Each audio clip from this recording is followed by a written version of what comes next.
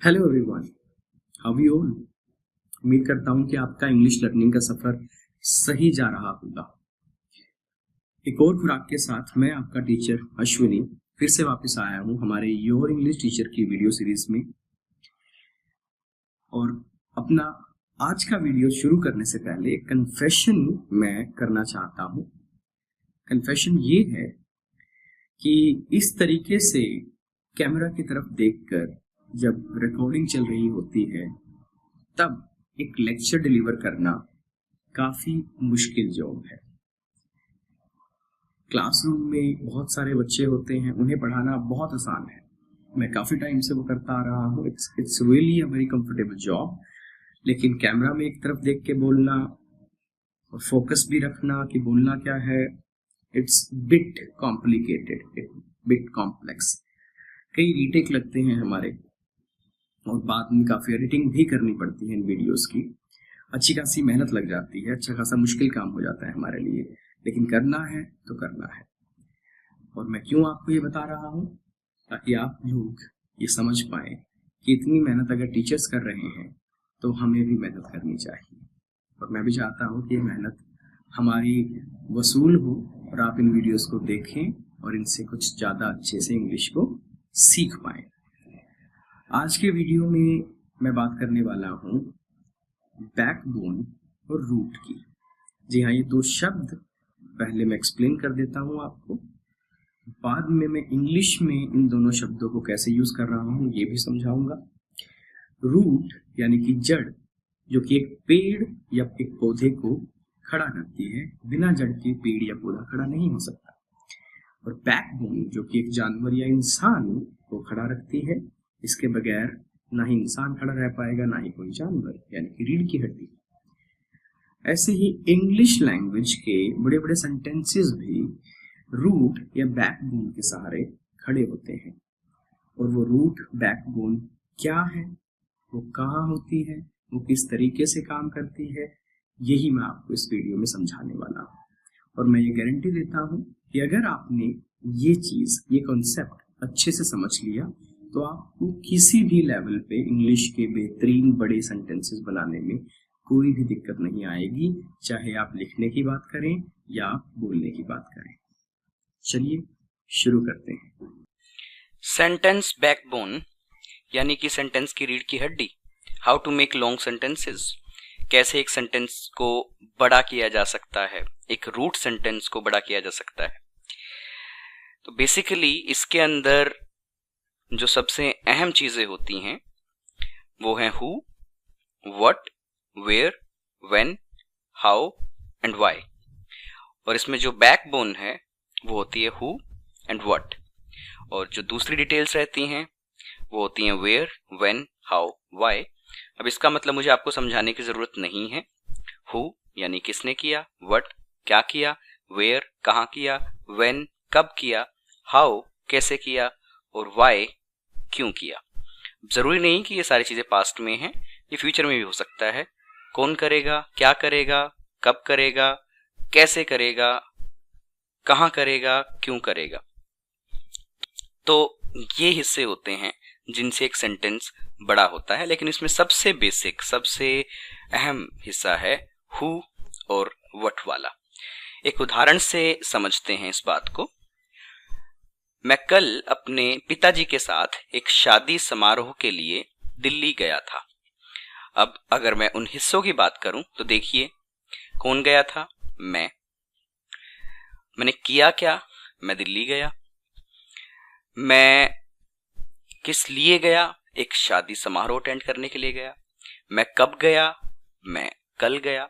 अब जरूरी नहीं कि सभी इससे एक ही सेंटेंस में आएंगे, लेकिन इसमें 3 4 5 मेन चीजें जो मैंने मेंशन की हैं वो आ रही हैं। अब इसमें बैकबोन क्या है, इसमें बैकबोन है मैं गया था। हाँ, सबसे जरूरी हिस्सा इसमें यही है कि किसने क्या किया। मैं गया था, मैंने जाने का काम किया, तो ये बैकबोन है। अब मैं आपको ये दिखाता हूं कि कैसे डिटेल्स ऐड हो रही हैं। मैं दिल्ली गया था, फिर आगे ऐड हो रहा है टाइम, मैं कल दिल्ली गया था, फिर आगे ऐड हो रहा है मैं किसके साथ दिल्ली गया था, मैं कल अपने पिताजी के साथ दिल्ली गया था। आगे ऐड हो रहा है मैं कल अपने पिताजी के साथ एक शादी समारोह के लिए दिल्ली गया था, यानी कि क्यों गया था इसका जवाब इसमें आ गया है। लेकिन सबसे अहम चीज इसमें है मैं गया था। ये भी आपको समझना पड़ेगा कि हिंदी में जब हम कोई थॉट डेवलप करते हैं तो चाहे उसमें सेंटेंस जितना मर्जी बड़ा बने, लेकिन उसका शुरू में जो शब्द आता है और उसके एंड में जो भी चीज आती है, उन शब्दों से ही रूट सेंटेंस बनता है। और अगर आप इसे ट्रांसलेट कर पाए तो बाकी सब डिटेल्स होती हैं जो आप आसानी से ऐड कर सकते हैं। अब एक बार इसकी इंग्लिश हम कर लेते हैं। बैकबोन क्या है? आई वेंट, जी हाँ, ये उसी का ट्रांसलेशन है, मैं गया था। अब उसमें डिटेल्स ऐड हो जाएंगी। मैं कहाँ गया था? I went to Delhi. मैं कब गया था? I went to Delhi yesterday. मैं किसके साथ गया था? I went to Delhi yesterday with my father. और मैं किस लिए गया था? I went to Delhi yesterday with my father for a marriage ceremony. जी हाँ, रूट अभी भी वही है, मैं गया था। डिटेल्स ऐड हो रही हैं और वही डिटेल्स जो मैंने आपको थोड़ी देर पहले बताई थी। आइए एक और सेंटेंस के जरिए हम इसी चीज को जानने की कोशिश करते हैं। सरकार को अपराध पर काबू पाने के लिए कड़े कानूनों को सख्ताई से लागू करना चाहिए। अब इसमें अगर मैं उसी प्रिंसिपल की बात करूं कि किसे करना चाहिए? सरकार को। क्या करना चाहिए? लागू करना चाहिए। क्या लागू करना चाहिए? कानूनों को।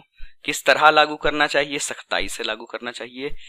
और किस लिए लागू करना चाहिए? अपराध पर काबू पाने के लिए। कानून कैसे होने चाहिए? वो कड़े होने चाहिए। जी हाँ, अलग अलग तरह की डिटेल्स इसमें मेंशन हुई है।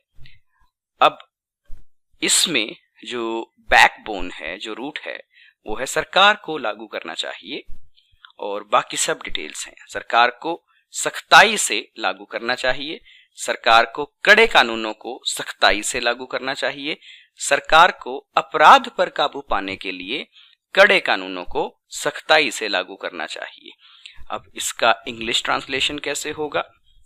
Government should implement. जी हाँ, ये बैकबोन है, ये रूट है, वही जो थोड़ी देर पहले मैंने आपको बताया था कि हिंदी में जो चीजें शुरू और सबसे आखिर वो चीजें एक साथ जुड़ती हैं, वो भी शुरुआत में, और बाकी की डिटेल्स उसके बाद मेंशन होती हैं।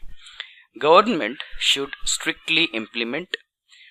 Government should strictly implement stringent laws. Government should strictly implement stringent laws in order to control crime. जी हाँ, बाकी की डिटेल्स इसमें ऐड हो गई हैं। अब आपको प्रैक्टिस के लिए क्या करना है? मैं कुछ बैकबोन आपको दे रहा हूं, आपको इनसे अलग अलग सेंटेंसेस बनाने हैं और एक से ज्यादा सेंटेंसेस बनाकर आप इसकी प्रैक्टिस कर सकते हैं। माता पिता ध्यान नहीं देते। अब इसमें सेंटेंस आप कैसे बना सकते हैं? माता पिता अपने बच्चों के खान पान की आदतों पर बिल्कुल भी ध्यान नहीं देते आजकल।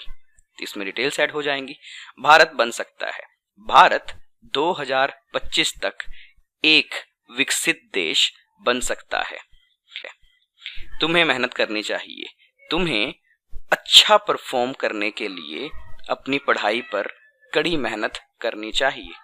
वह कामयाब नहीं हो पाया। वह अपने आईएलटीएस एग्जाम में 8 बैंड लेने में कामयाब नहीं हो पाया। तो ये मैंने सिर्फ आपको उदाहरण दिए हैं जिनसे आप सेंटेंसेस को बड़ा कर सकते हैं डिटेल्स ऐड करके। आप अपनी क्रिएटिविटी से इन्हें बड़ा कीजिए और इन्हें ट्रांसलेट करके देखिए, और उम्मीद करता हूं कि जो बात मैं आपको समझाने की कोशिश कर रहा था वो आप समझ गए हैं और अब बड़े सेंटेंसेस को देखकर आपको डर नहीं लगेगा। आप सबसे पहले उसमें से बैकबोन को पहचानिए, उसे ट्रांसलेट कीजिए और बाकी डिटेल्स को ऐड कर दीजिए, बाकी फ्रेजेस को ऐड कर दीजिए। उम्मीद करता हूं कि ये वीडियो आपको अच्छा लगा होगा और एक कोटेशन के साथ मैं खत्म करना चाहता हूं इस वीडियो को। Life begins at the end of your comfort zone. जी हाँ, कंफर्ट जोन के अंदर लोग रहना चाहते हैं और कुछ भी अलग से नहीं करना चाहते, कुछ भी नया नहीं करना चाहते, जबकि असली जिंदगी कंफर्ट जोन के बाहर ही होती है। असली जादू कंफर्ट जोन से बाहर निकल कर ही होता है। तो आपके लिए भी यही नसीहत है, यही सलाह है कि आप भी अपना कंफर्ट जोन छोड़िए और वो कीजिए जो आपके लिए करना सही है, जरूरी है, चाहे वो मुश्किल ही क्यों ना हो। और वो सब छोड़ दीजिए जो आपके लिए करना जरूरी नहीं है, आसान और मजेदार है। यही उम्मीद करता हूं कि आप सही डिसिप्लिन लाइफ में लाएंगे और अच्छे से अपने सभी गोल्स को अचीव करेंगे। Thanks for your precious time.